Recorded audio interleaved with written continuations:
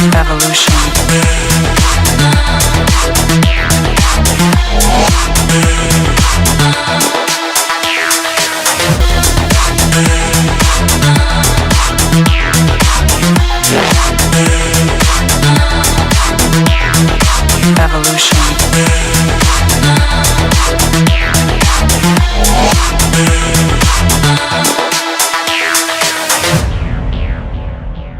वाराणसी से माननीय प्रधानमंत्री जी नरेंद्र मोदी जी,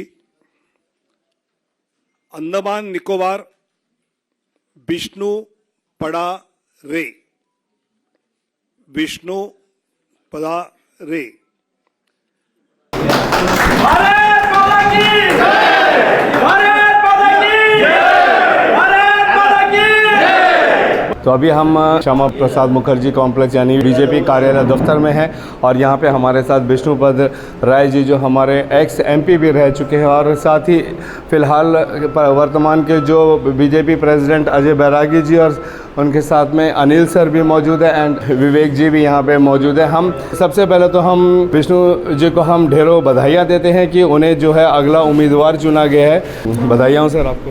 बहुत बहुत बधाई सारा द्वीपवासियों को। भारत माता की जय! इस खुशी के अवसर पर आप हमारे द्वीपवासियों को क्या संदेश देना चाहेंगे?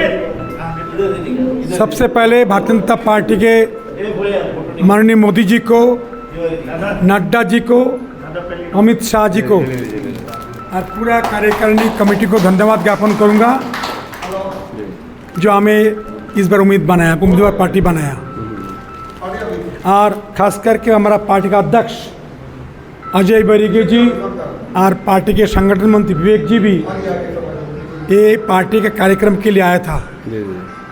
इन्होंने भी हाल में दिल्ली में गया था। के साथ क्या बात तो जानता नहीं हूँ। जो आशीर्वाद हमको दिया पार्टी, मैं पूरा तन मन धन से दीप के लिए काम करूंगा, इतना बोल सकता हूँ। बहुत बहुत धन्यवाद दादा हमसे बात करने के और हमेशा की तरह दादा उम्मीद जताते हैं और पूरी आश्वासन देते हैं कि वे जो है उनका मुख्य उद्देश्य यही रहता है कि जनता सेवा।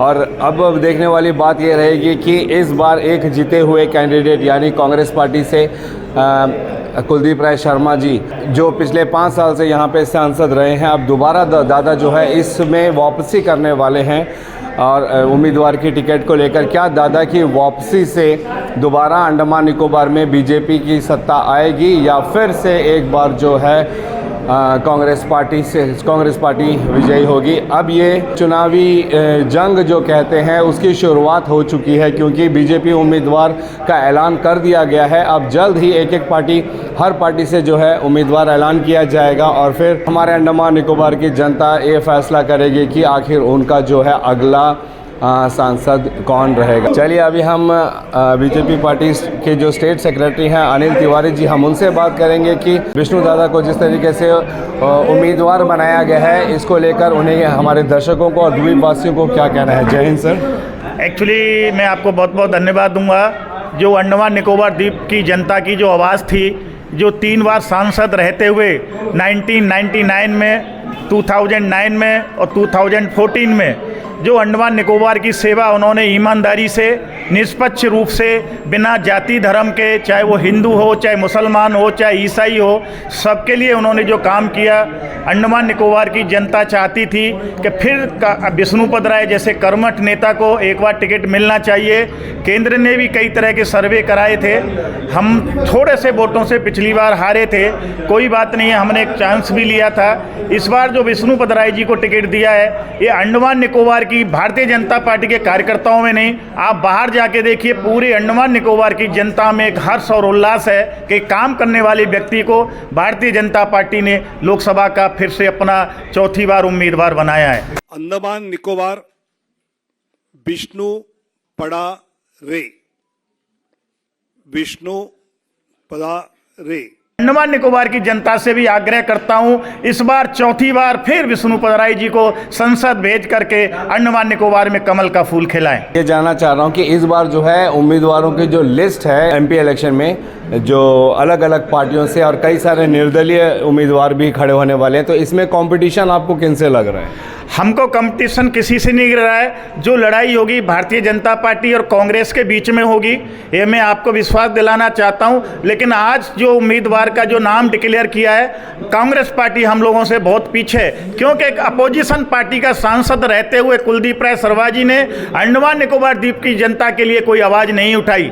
एक विपक्ष का नेता 2009 में हमारा विष्णुपद राय जी भी था, लेकिन आपने देखा होगा जनता के अहित में कुछ भी काम होता था, भारतीय जनता पार्टी अपना झंडा और बैनर लेके एक प्रशासन के खिलाफ में उतर जाता था। लेकिन कांग्रेस पार्टी ने विपक्षी की कोई भूमिका नहीं निभाई। इसलिए इस बार भी मुझे नहीं लग रहा है 100% बोलता हूं, केंद्र में सरकार फिर मोदी की बनेगी तो अंडमान निकोबार की जनता इस बार गलती नहीं करेगी। यहां से सांसद भारतीय जनता पार्टी निकोबार द्वीप समूह में फिर भारतीय जनता पार्टी का सांसद चुन करके जाएगा। अनिल जी, एक आखिरी सवाल करना चाहूँगा कि पिछले 5 वर्षों में कुलदीप राय शर्मा जी के कार्यकाल में हमने देखा है कि उनकी जो छवि है वो काफ़ी बड़ी भी हुई है, और कई सारे जो धरना प्रदर्शन होते हैं उसमें जो भीड़ होती है वो भी कुछ और पिक्चर दर्शाती है। तो आपको नहीं लगता कि इस बार अगर कुलदीप जी को ही दोबारा टिकट मिलेगा तो फिर ये एक टक्कर की लड़ाई होने वाली है? नहीं, हम इस लड़ाई को कमजोर लड़ाई नहीं मानते। मैं एक भारतीय जनता पार्टी का फाउंडर मेंबर हूं, भारतीय जनता पार्टी का सक्रिय कार्यकर्ता हूं। आप जानते हैं हम कांग्रेस पार्टी को लाइट में लेकर के नहीं चलेंगे। कांग्रेस पार्टी से हमारी लड़ाई बहुत जोर की होगी, लेकिन फिर भी हम अपनी सीट निकाल करके अंडमान निकोबार से लाएंगे। चलिए सर, हम आप लोगों को ढेरों शुभकामनाएं देते हैं कि आप जिन्हें चाहते थे उन्हें उम्मीदवार भी चुन लिया गया है। आगे हम देखेंगे कि जनता किसे पसंद करती है, क्या वे फिर से दोबारा विष्णुपद राय दादा जो 3 बार सांसद रह चुके हैं उन्हीं को अपना अंडमान निकोबार का सांसद चुनती है, या फिर एक नया चेहरा जो पिछले 5 वर्षों से हमारे द्वीपों में एमपी के रूप में कार्यरत है, क्या उन्हें दोबारा अवसर मिलेगा या कांग्रेस पार्टी से जो भी उम्मीदवार होगा उन्हें मिलेगा? जैसे हम देख सकते हैं कि खुशी की लहर एक तरफ से बीजेपी कार्यालय में देखी जा रही है। तो महेश्वर राव जी जो बीजेपी युवा मोर्चा के मेंबर हैं उनसे भी जानेंगे कि आज जिस तरीके से विष्णु दादा को ये टिकट दिया गया है उस उपलक्ष्य में उन्हें क्या कहना है। जय हिंद सर।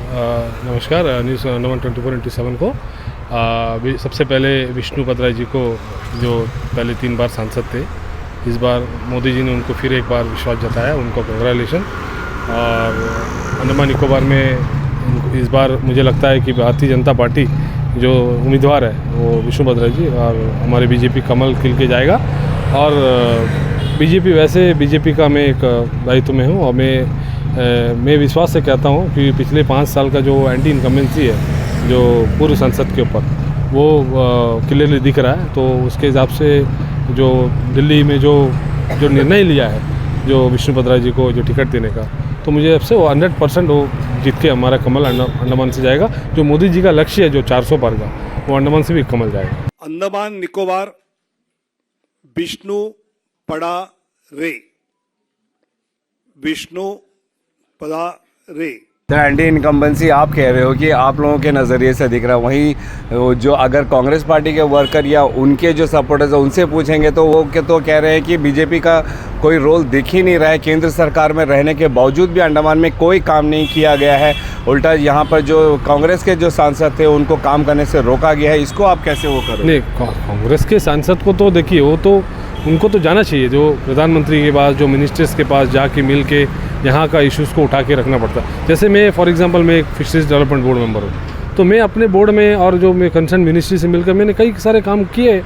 तो मेरा कहना मतलब है ये जो अगर संसद है तो उनको कोई भी पार्टी का है, पर्टिकुलर मिनिस्ट्री में जाके मिनिस्टर से खाली लेटर लिख के होता नहीं ना, मिनिस्ट्री से बात करना, से ग्राउंड रिपोर्ट आना, जो MP फंड है सबको लेके यूटिलाइज करके काम करना एक्चुअली। तो आपको नहीं वो चीज़ नहीं हुआ, क्योंकि चलिए अभी विष्णुपद राय जी का जो समय पे जो हुआ है और जो उन्होंने जो MP लेट फंड वो मुझे लगता है इस बार यूटिलाइज नहीं हुआ है। अभी दादाजी आए, अब दादा को एक बार फिर सांसद बना के हम भेजेंगे यहाँ दिल्ली। 400 पार का लक्ष्य भी है, तो वो करेंगे हम। ये तो आने वाले समय में पता चल ही जाएगा कि जनता आखिर किसके कार्य को ज़्यादा पसंद करती है। 3 बार सांसद रहे विष्णुपद राय जी को, जिनको दोबारा टिकट मिला है, या फिर पिछले 5 साल से जो हमारे द्वीपों के सांसद रहे हैं श्री कुलदीप राय शर्मा जी, उनको, या कांग्रेस पार्टी से जिसको भी उम्मीदवार चुना जाएगा उसके पक्ष में उतरेगी।